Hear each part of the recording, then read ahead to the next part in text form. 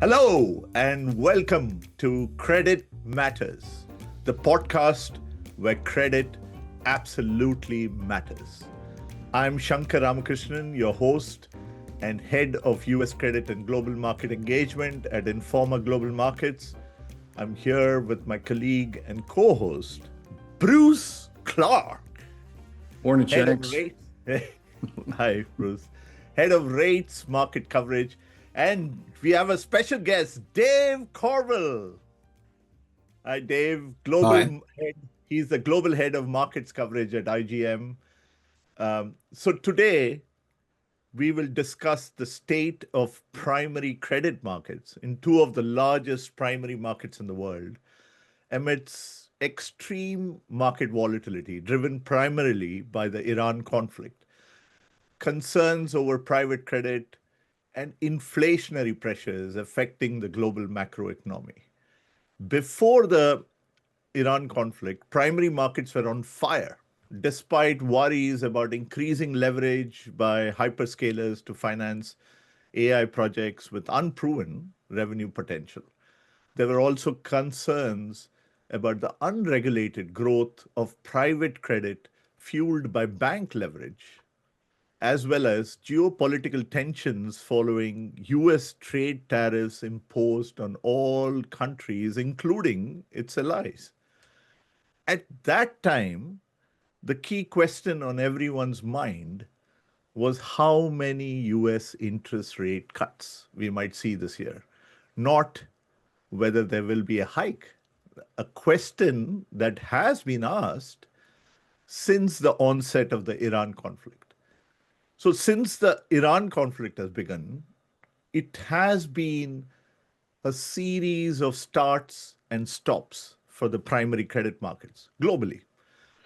Bank syndicates that advise borrowers in the US, the largest primary market in the world, with their debt issuance strategies, have accelerated book building of deals and even pushed their corporate clients to take issuance windows as they presented themselves rather than wait for the most ideal issuance conditions.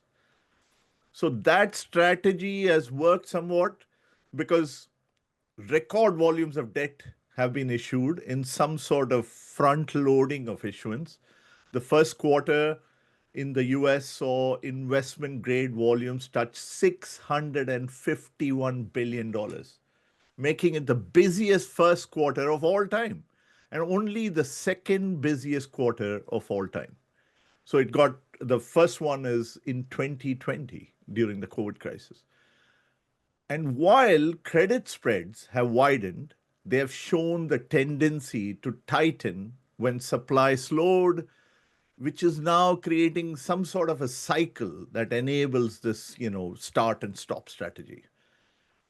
So new issue premiums or the premium companies have to pay over treasuries, however, have started to rise. And with treasury yields also rising, the cost of debt issuance has increased. Well, you could argue not by that much if you take it in context with the massive amounts of debt which is being issued. In short, these markets are technically strong. There's no visible wear or tear or fatigue at the moment. So I want to take it to talk to Dave on this. Is the story the same across the pond, Dave? And welcome to the podcast. Hi, yeah. Thanks. Firstly, happy Friday, everyone, and thanks for having me on the podcast, Shankar. So, yeah, good intro, I think. I mean, if we lean on the data, um, it's pretty hard to disagree with a lot of what you're seeing in the US, really. I mean, we also had a record first quarter in Europe for IG corporate sales, and the premiums, as you touched on, whilst they've risen since the outbreak of the war, a few weeks ago, it's been a very, very mild contained increase indeed so far. Um, Depending on who you speak to, there seems to be pretty good reasons for this resilience. I think, investors when you hear what they've got to say, I mean, they clearly, excuse me, they clearly like the total return story. So they've been happy to look past some of the tight spreads that have been in evidence for some time now. I think some other combos we've had suggest that the buyers are also very comfortable with the sort of balance sheet discipline that you see amongst the high grade corporates, which, how can I put this delicately? Something that, sometimes feels lacking at the government level, at least. I mean, you touched on private credit a little bit earlier. I think, given the obvious concerns in that space, I mean, some people will argue that the comparatively higher level of transparency in public markets is also a draw. So I can imagine that that's still in play. And I mean those factors, at least for now, I mean they all seem powerful enough in aggregate to counter these tightening concerns that you touched on. Um, I mean in Europe, I was looking this morning, rates are now expecting, or central bank rates are now expected to end the year, you know, more than 50 basis points higher than we were thinking at the start of the year. So that's a big shift. But at the moment, the markets are taking this in their stride. Um, so that's being brushed to one side for the minute. I mean, the picture's a bit more nuanced though. I think we have to acknowledge that. Supply from financials, for example, that has actually slumped a lot since the outbreak of the war. Although, if you dig a little bit deeper, we don't think at this stage that is necessarily down to market stress. From what we understand, financials were well ahead of the game in terms of their funding. They've been taking advantage of this very, very deep market that's been with us for a while. Um, so that's in good shape. But the markets are not without risks. We have to acknowledge that, but maybe we can touch on that later. Right, right. So are you seeing the same kind of spurt in debt issuance volumes as you're seeing in the US, in Europe as well? Yeah, absolutely. I mean, as I say, it was a record first quarter Right. in Europe, and things have inevitably tailed off a little bit in the last few weeks, but the market is still very much open for business, I would say. Right. So it is basically the front loading strategy, which I think a lot of the debt syndicates have been advising their clients. It seems to be applicable to Europe as well, right? Like it seems like everyone is following the same strategy of, taking the issuance windows when they come rather than wait at this point. Yeah, I think that's fair. And whilst in the past you could have had some concerns about everybody rushing to the market at the same time, I think the market's become increasingly efficient at handling huge flurry, huge deal flurry in one session, and that's been working pretty well. Right. So Bruce, what do you think the credit markets are showing less belief or more belief in this whole ceasefire, narrative, which we have started hearing now? Yeah, I would say Shanks, the last week has been fairly incredible. The disparity between the price action in the financial markets, which has been incredibly positive. I mean, the S&P is on track for its eighth up day, right? You turn your Bloomberg on, and there are headlines about the war and the ceasefires falling apart and this and that, and it's doom and gloom. But then you turn to the financial markets, and it's straight up. I mean, the S&P's up 8%, what, in the last 7 sessions. Um, so yeah, the market is telling us, and I think you saw it with that explosion in demand for corporates the Wednesday or Thursday, the day that oil prices dropped, that investors are eager to look beyond the conflict, and they're just looking for any excuse to do that. And in front of us, directly in front of us, first quarter earnings season starts next week. The banks will start to report on Monday. And estimates are pretty good. Again, double digits for a sixth consecutive quarter of earnings growth for the S&P. And so I think the early estimates are around 13.5% for earnings. And that's going to be the soft spot. If you look second, third, fourth quarters, estimates are like 19, 20, 21% earnings growth, year-over-year earnings growth. So, as you look at corporate America, yeah, are there headwinds from the war, higher oil prices? Yes. Does that affect the consumer? Yes. But the earnings outlook hasn't really dimmed at all. So the corporate optimism in the corporate sectors is quite a bit differently noticeable than the headlines when you turn your screens on. So basically, every time there is a dip, people are looking for an excuse to re-engage with the markets, right? Be it the broader, riskier markets. There doesn't seem to be any level of, caution, or let's have a longer, a decent correction before we start buying into these markets. It's almost like there's so much liquidity out there just waiting to be redeployed into these markets. Yeah, we saw that the other day, right? Just on Wednesday, you had what, 25 and change billion come to market, but the average cover was 4.5 times. I mean, it's just they just came out of the woodwork. As soon as there's any reason or any cover to do so. Right. So corporate credit, I think it's getting supported or encouraged. All this buying is all on the back of what you were saying earlier about corporate earnings, right? Like the outlook doesn't seem to have dimmed at all, even with the conflict and all this AI layoffs or the impact of AI. Right. So some sectors are obviously suffering from the whole AI impact, or the possibility that it will lead to more layoffs and all that. Sure. But overall, you're saying the economy is not slowing or showing any signs of slowing, or corporate sector. We haven't seen the data yet, obviously, for March. Right.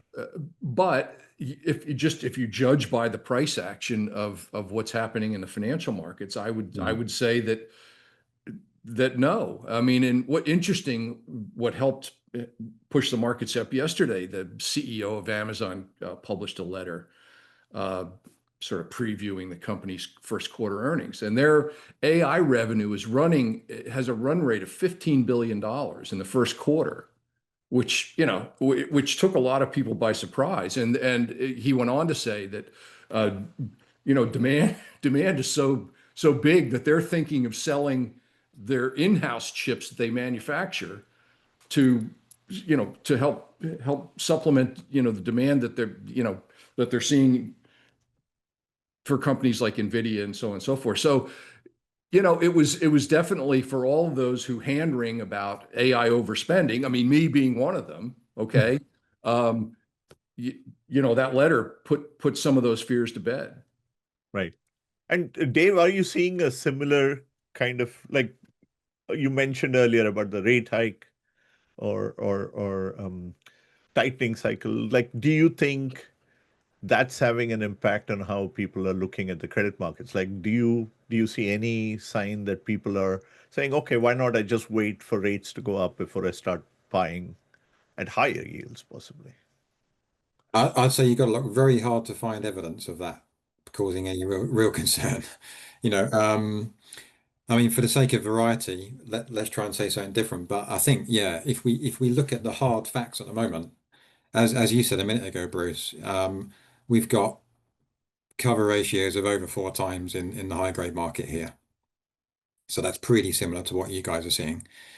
And it's hardly surprising with that the issuers still have a stack of pricing power, right? And the concessions that they're having to pay have barely budged. I mean, I would say a caveat for that is that at this particular junction, the market's being tested by, much lower levels of supply than we had, through Jan and Feb.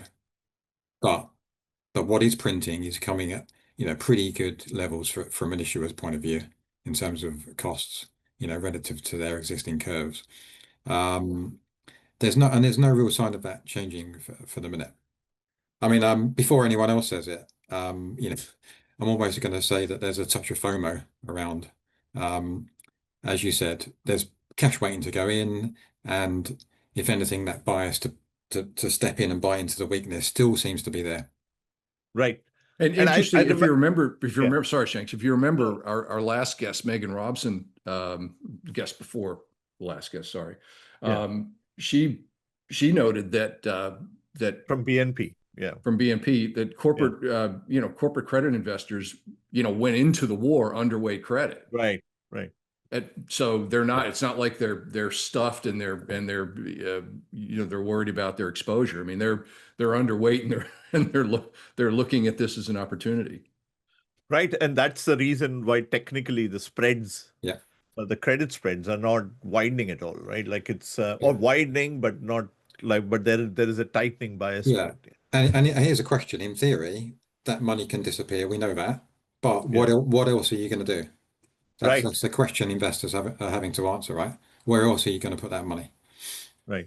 And the other thing, I remember once we had a chat, and Dave, we were talking about how investors are also buying into these markets because they have all this money coming in, all the flows coming in, but at the same time, it's more expensive to get out of something and then rebuy into something. Could you explain that? Yeah, precisely. Yeah. I mean, I think that's a dynamic I've certainly seen play out during my time following markets repeatedly, in the sense that, it can be quite difficult to build a credit portfolio that is to your liking.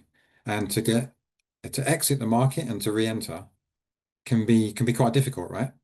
So with that, in my experience, that often fuels a bias to ride out the volatility, and stay on board. And that seems to be what is happening yet again. I mean, on a related note, sure, when bad news hits and the news doesn't get much worse than we've had in the last few weeks, right? Dealers are understandably very, very quick to mark back bids, to protect their P&L. But, you have to say, if material amounts of selling doesn't materialize, or if the cash rich investors we just talked about step in to buy that weakness, or primary market supply tails off, as it has done a little bit in recent weeks, those several factors together, I think, put a very powerful crutch underneath the market. Added to the technicals that you mentioned, Shanks. Right. Like here in the US, we look at ICE BAML data, and the credit spreads have actually tightened this week. And so they seem to be because supply has dropped. And although, when I say supply has dropped, like what Bruce was mentioning earlier, we saw a Wednesday when there was $25 billion of issuance just on a single day, which kind of ended the week with more than double the average estimate the syndicates were expecting. So 19 they were expecting. Now we are almost at 34, 35 billion this week of bond issuance. And that's not enough, right? Because there are some previous weeks when things were slower. So it is almost like there is so much money coming in and they have to deploy it. And maybe what you're saying, Dave, I kind of think that's possibly one of the reasons why we are seeing people buy, because there is a lot of buy and hold investors, obviously, right? And they are thinking, let me just get it in. If I kind of try to rotate out of this, it's going to be harder for me to get paper. Maybe you want to add something onto that. I mean, I think we also need to, after such a long period of very benign receptive markets, I mean, we're always on alert for any signs of stress, right? Like everybody else.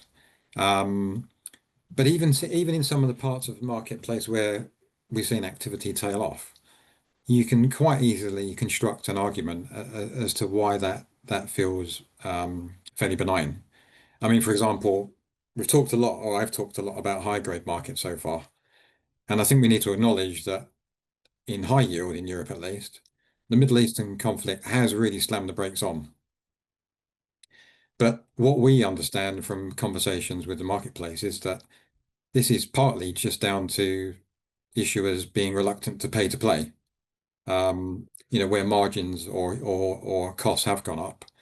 I was talking to our European analyst about this before the call, and what he highlighted is that we had a double B rated issuer, Electronic Arts, hit the market in March, and they got the deal away fairly well, no problem at all.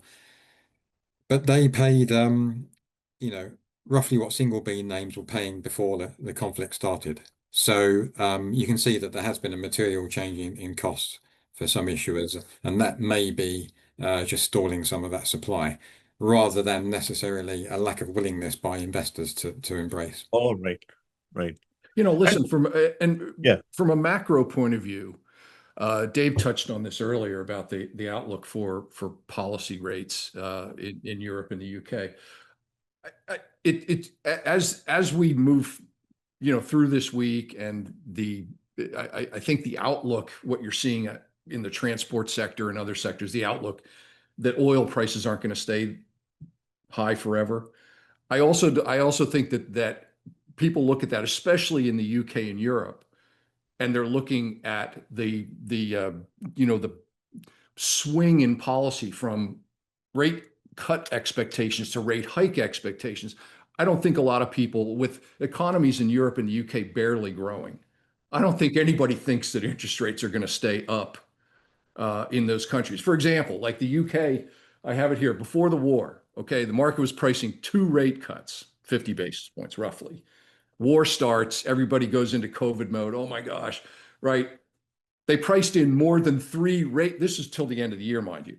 They priced in more than 3 rate hikes. They priced in 3.5 rate hikes. Okay.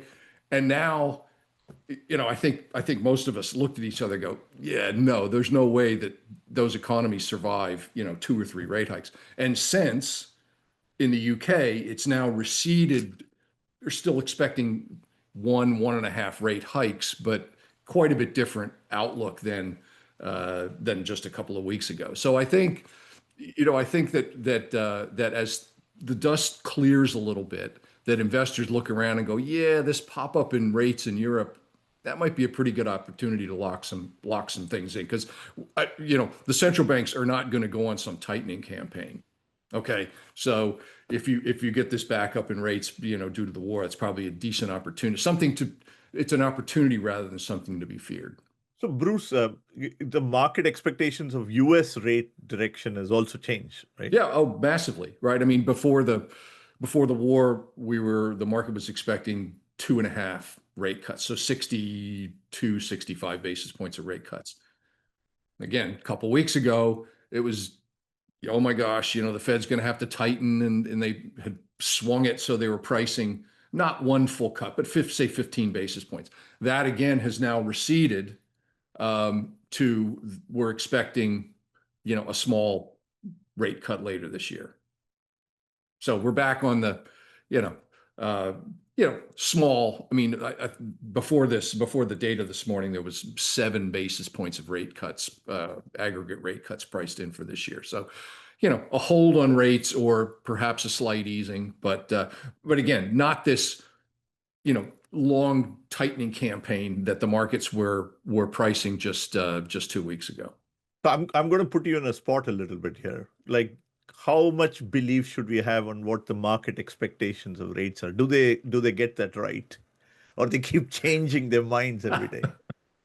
I mean, listen, the interest rate market is generally one of the less speculative markets around there. Okay. Just because a lot of the big banks that have legitimate needs, keep some of the craziness in check. But as you can see, I mean, they're still subject to to sort of walking off the deep end, like the UK rate market pricing 3.5 rate hikes. Like, guys, that's just not going to happen. So but so yeah, there is but a listen, bit of speculation coming in. Yeah. But yeah, it's like everything else. I mean, it can swing around. But I think this week, we've seen the market turn away from the doom and gloom headlines of the war, and start to price what's directly in front of them, which is, positive earnings season, positive earnings year for that matter. I mean, I think the estimate for earnings, S&P 500 earnings for the year is 17.5%, something like that. I mean, yeah, this goes back to a conversation that we had with Megan Robson. We were talking about private credit and, is it a systemic event? She's like, as long as earnings are still good and they're covering interest, no.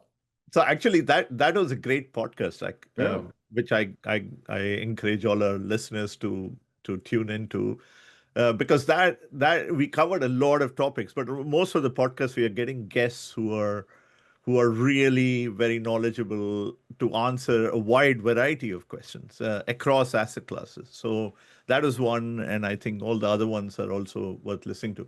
But so, do you think, even in that, since you mentioned that Megan's podcast, she was in the hold camp, do you think now how much value or how much merit or how much importance should we give to the market expecting a 10 basis point cut in No, the I mean, look, it's 10 basis point cut. It's just kind of noise. It's not, I think you can't read a lot into that. I think broadly the market is saying that the Fed is probably going to be on hold. I mean, there will be enough uncertainty with respect to inflation created by this pop in oil prices that will keep them on hold. I mean, there's no look. The bottom line is the employment market appears to be fairly stable. We got data yesterday where the recurring weekly jobless claims, I mean long-term unemployed, fell to like a 2-year low yesterday. Not all employment data is good. I mean, there is some noise in the data. It's mixed, admittedly. But the employment market seems to be solid enough, and inflation is elevated enough that it obviates the need for any kind of reaction or rate cut from the Fed. So I think they're probably right. I mean, there's sitting here today, I would say, yeah, there's the Fed can be on hold. There's no compelling reason to cut rates. Right. So unless the president wants it, right? right, yeah, but again, I mean, even he gets his guy in there, he wouldn't get the votes, to cut. So Right. So I think that's a right here and now. That's a decent view. Just to expect the Fed to stay on hold. Doesn't mean long rates can't come down and corporate Right. corporate yields can't come down. But And Dave, what do you think in Europe? Is there do you think there is a lot of arguments in favor of hikes, or what do you I mean, the think? trader in me wants to fade those kind of extremes. I don't think that those expectations will be met. Is my gut feel, and I think that's possibly shared amongst the investor base, right? Because they're willing to buy into this dip in Right. fixed income at least. I mean, that's anecdotal evidence, but that's the way I would read it. Right. There's some differing views out there, clearly, but I think for the minute, it's that I think there's a bias to fade those kind of extremes. That's my sense. Right. In short, you're saying credit absolutely matters, yeah, to tell you where the market direction. So, there is, to coming back to one of the points which Dave mentioned as well, even in the US, we are starting, just this no, this news of a ceasefire or the possibility of one. We'll kind of know about it today, I guess, after the meeting, and what more steps will be taken towards that direction. But we are seeing flows, the flows going into funds, changing a little bit of direction, right? So we are starting to see more money going into high yield, more money going into leverage finance, and some money coming out of the high grade market. There's lots of money in the high grade funds, but there is a bit more risk taking, as you see. ETFs are getting more money into high yield than they did. There were a lot of outflows.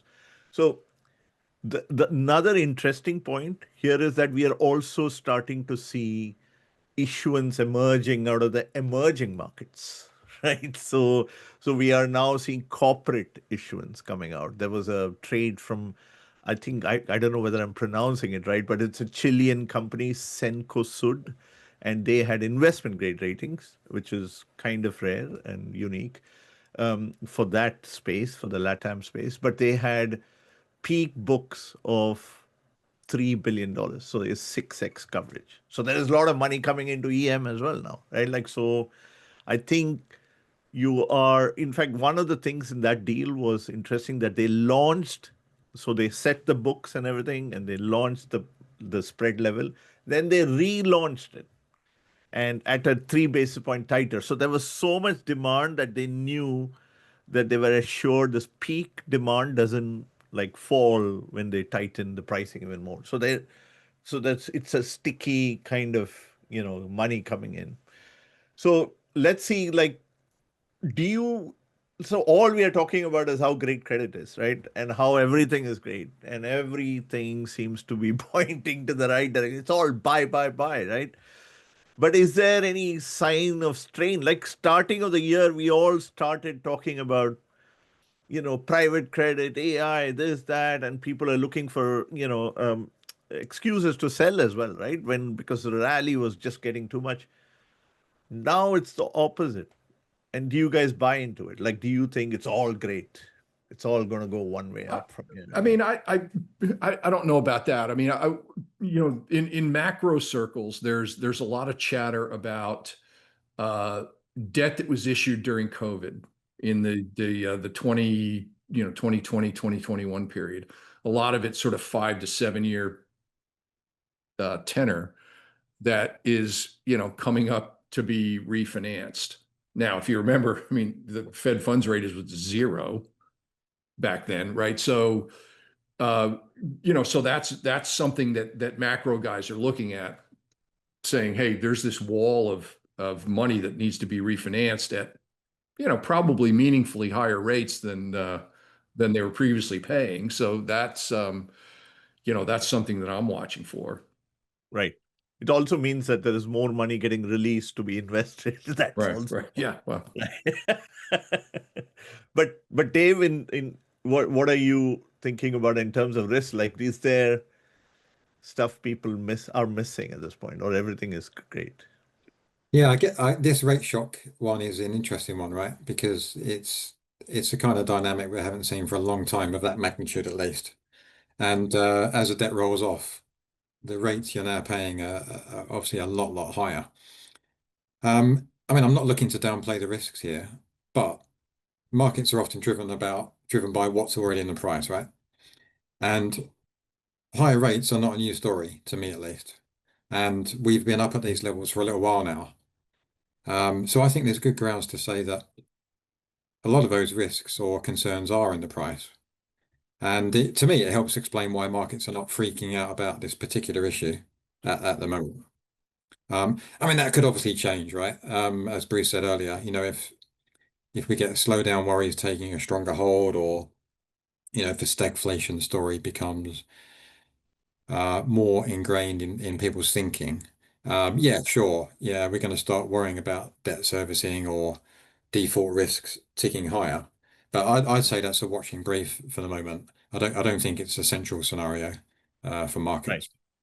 So, like, even with private credit, although there is so much news headlines about gated, investors not allowed to be withdrawing or withdraw money quickly, it seems like there are two camps to it, right? Like one camp is it's a idiosyncratic risk almost, right? Or there is no fear of a contagion and all. Do you guys buy into that? Like, which camp are you? Like, do you think it is just a couple of incidents, but not really spreading all over the place? Although I kind of feel personally, I feel that private credit is so good at dispersing risk through different instruments, some of them used before the crisis, that you would think that if one blows up, well, there would be some sort of ripple effect, but we haven't seen that, and hopefully we don't. But what do you guys think? yeah. I'm with you. I see news of some of these funds getting gated, and I think it's a big deal. I think it's a big deal, but I'm like the old man yelling at clouds on that. Nothing happens, right? So to your point, these guys are really good at dispersing risk, and yeah, I don't know. I mean, that's again, I risk repeating myself, and again, I think a lot of guys like myself look back at the housing crisis, and we see, when that first stone starts to roll downhill, they're like, oh baby, here it comes, right? But yeah, I'm pleasantly surprised, I guess, is how I'd put it. Maybe it is not big enough to affect anything. But Dave, what do you think?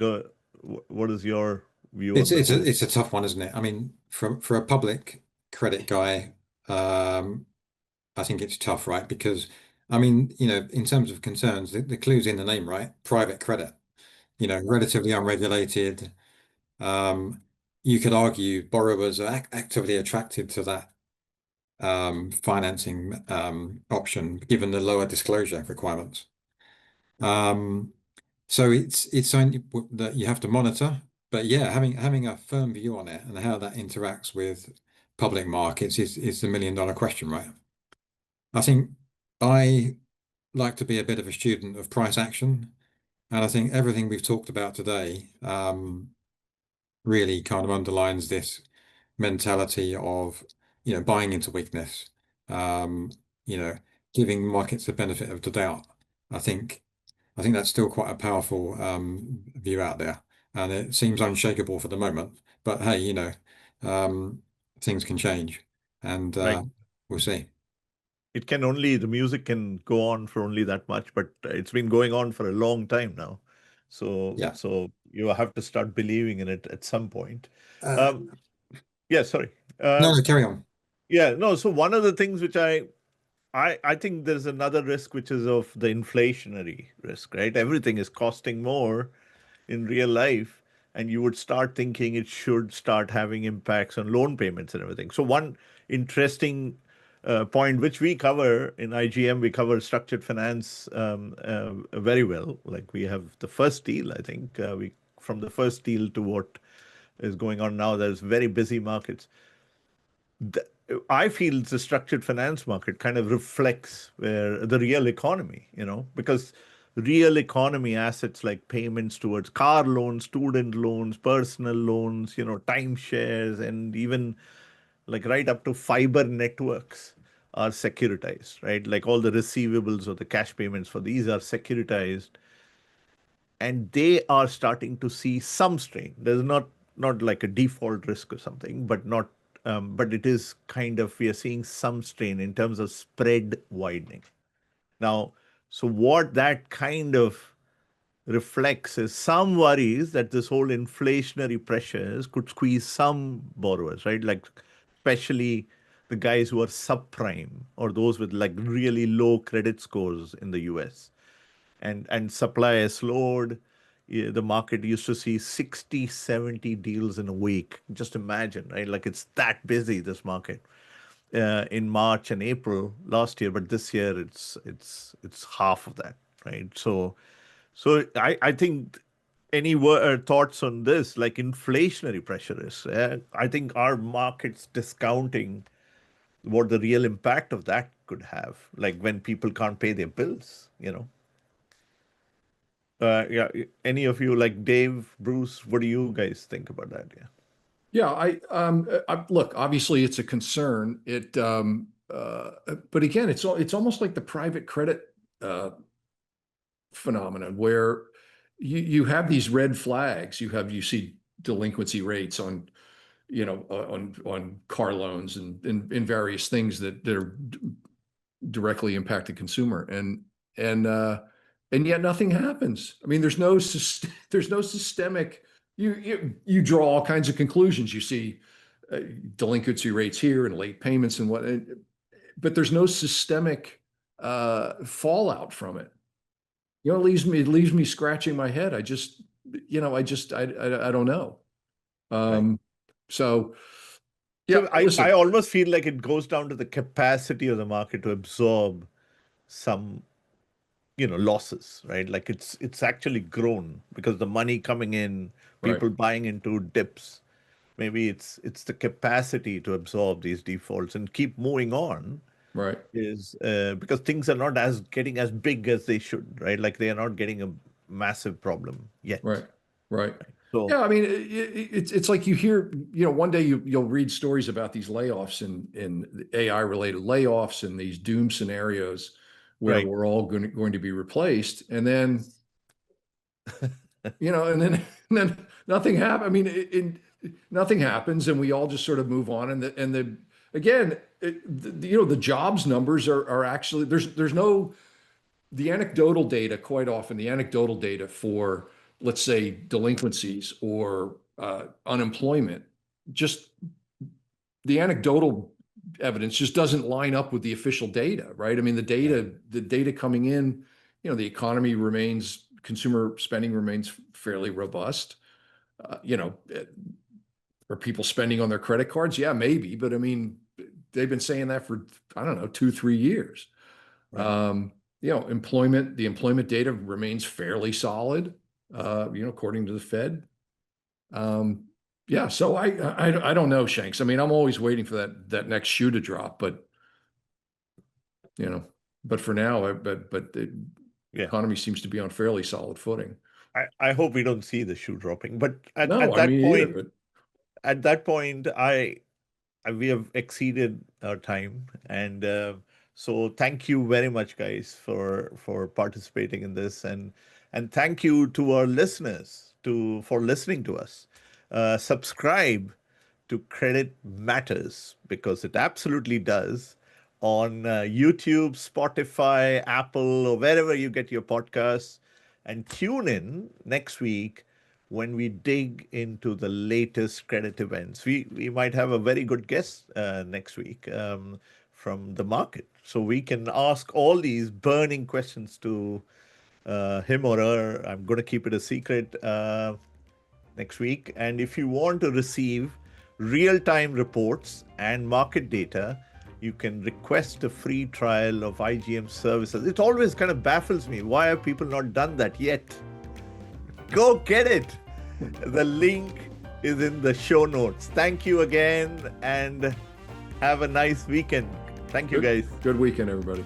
Thank you. Pleasure. Thank you, guys. Thank you. Signing off. Bye.